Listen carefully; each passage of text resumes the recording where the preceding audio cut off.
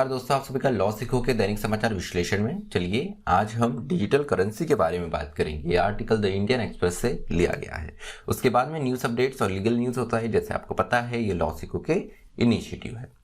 चलिए आर्टिकल की ओर बढ़ते हैं। तो फाइनेंस मिनिस्टर ने बजट में अनाउंस किया कि आरबीआई डिजिटल करेंसी की अपनी खुद की डिजिटल करेंसी के साथ में आएगा। अब इस डिजिटल करेंसी को लाने के पीछे एक बहुत बड़ा यहाँ पर कदम सरकार ने उठाया है और इससे जुड़े हुए काफ़ी मुद्दे होंगे। डिजिटल करेंसी अपने आप में एक अलग टेक्नोलॉजी है, किस पद्धति से आएंगी, क्या इसके बारे में कदम उठाएंगी सरकार और क्या रूल्स रेगुलेशन होंगे, उसके अलावा किस तरीके से इसको लाया जाएगा कि इससे हमारी इकोनॉमी को भी नुकसान ना पहुंचे। तो इन सारी चीज़ों पे हम बात करेंगे, किस तरीके का यहाँ पे इसका आर्किटेक्चर, किस तरीके का इस डिजिटल करेंसी लाने का एक खाका रहेगा। तो अगर हम देखें तो सेंट्रल बैंक डिजिटल करेंसी के रूप में इसे लाया जाएगा, सीबीडीसी शॉर्ट में कहा जाता है। अब ये डिस्ट्रीब्यूटेड लेजर पे होगा या ये एक सेंट्रलाइज सिस्टम पे होगा, ये सबसे बड़ा प्रश्न उठता है। यहाँ पे इस आर्टिकल में बताया गया है कि अगर ये डिजिटल डिस्ट्रीब्यूटेड लेजर पे होगा, जिस पद्धति पे बिटकॉइन है, तो यहाँ पे इसका आर्किटेक्चर जो है वो अपने आप में काफ़ी ज़्यादा स्लो होगा। एक ट्रांजेक्शन के लिए करीब 10 मिनट भी लग सकते हैं और इसका स्केलेबिलिटी मतलब इसे बढ़ाने के लिए, एक बड़े स्केल पे ले जाने के लिए भी काफ़ी दिक्कत होंगी अगर ये इतना स्लो रहेगा। दूसरा बात ये है कि ये जो सीबीडीसी है ये अकाउंट बेस्ड होगा या टोकन बेस्ड होगा। तो यहाँ पर अगर हम देखें तो अगर ये फॉर्मल मतलब अकाउंट बेस्ड अगर होता है तो ये बैंक्स के लिए एक कंसर्न होगा। वही अगर ये टोकन बेस्ड होता है तो इसमें अनोनिमिटी और मनी लॉन्ड्रिंग के चांसेस रहेंगे। अगर टोकन बेस्ड रहेगा तो किस व्यक्ति से किस व्यक्ति को जा रहा है इसकी पारदर्शिता खत्म हो जाएंगी। उसके अलावा सीबीडीसी का सप्लाई आरबीआई किस तरीके से डिटरमाइन करेगा, किस तरीके से यहाँ पे तय करेगा, ये भी एक प्रश्न उठता है। तो यहाँ पे सीबीडीसी जो है ये ओवर एंड अबाउ जो आरबीआई के द्वारा लाया जाता है नोट करेंसी, उसके ओवर एंड अबाउ होगा या उसको मिला के होगा, ये भी एक सरकार का प्रश्न होगा। RBI would have buy more government डेब्ट rising question on RBI investment portfolio. अगर ये एडिशनल जो हमारी नोट करेंसी आती है, फिजिकल करेंसी आती है, उसके अगर एडिशन में लाएगा तो यहाँ पे कहीं ना कहीं गवर्नमेंट डेट जो है वो अपने आप में बढ़ जाएगा और ये आरबीआई का जो इन्वेस्टमेंट है इसको भी प्रभावित करेगा। उसके अलावा अगर सीबीडीसी को क्या हर वर्ष लाया जाएगा, ये भी एक प्रश्न है। अगर इसको हर वर्ष नहीं लाया जाता है तो यहाँ पे इसका यूज काफी लिमिटेड हो जाएगा। उसके अलावा सीबीडीसी पे क्या इंटरेस्ट लगाया जाएगा, ये भी एक प्रश्न है। अगर इस पे इंटरेस्ट लगाया जाता है तो बैंकों में कोई भी सीबीडीसी को रखना पसंद नहीं करेगा, ये भी इसका एक काउंटर दिया गया है। तो सरकार को यहाँ पे जो जो कदम उठाने काफी सोच समझ के उठाने हैं। उसके अलावा प्रश्न ये भी उठता है कि how will CBDC would content with usage of cash which is higher than it was before demonetization।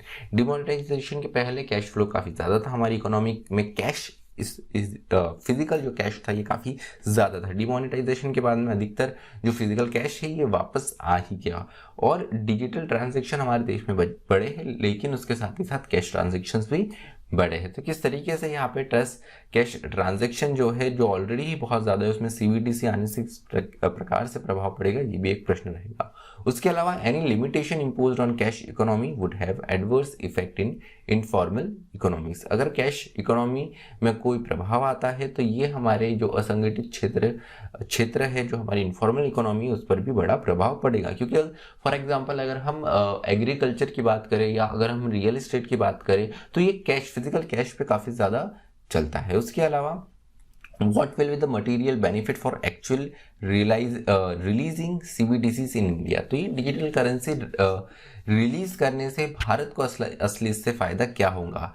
क्या जो हमारे हाउस होल्ड है, जो हमारे इंडिविजुअल सिटीजन है, क्या इनको इससे फायदा मिलेगा या इससे उनका डेट बढ़ जाएगा, ये भी एक प्रश्न, ये भी एक एनालिसिस जो है सरकार को इससे जुड़ा हुआ करना पड़ेगा। अंत में ये बताया गया है while deciding on CBDC, digital currency पे अगर तय करने के पहले RBI should predominantly be guided by desire to preserve its monetary sovereignty. तो यहाँ पर आरबीआई को अपनी मॉनेटरी सोवरेनिटी, जो सार्वभौमिकता है इसकी मॉनेटरी सेंस में, इस पर भी ध्यान देने की आवश्यकता है।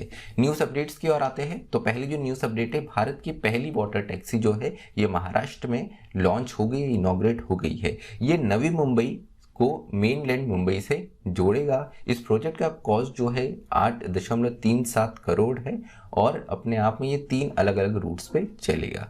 आधा आधा इसका व्यय जो है ये बांटा गया है स्टेट और सेंट्रल गवर्नमेंट के बीच में। 50% सेंट्रल गवर्नमेंट और 50% स्टेट गवर्नमेंट इसके खर्च के लिए व्यय करेगा।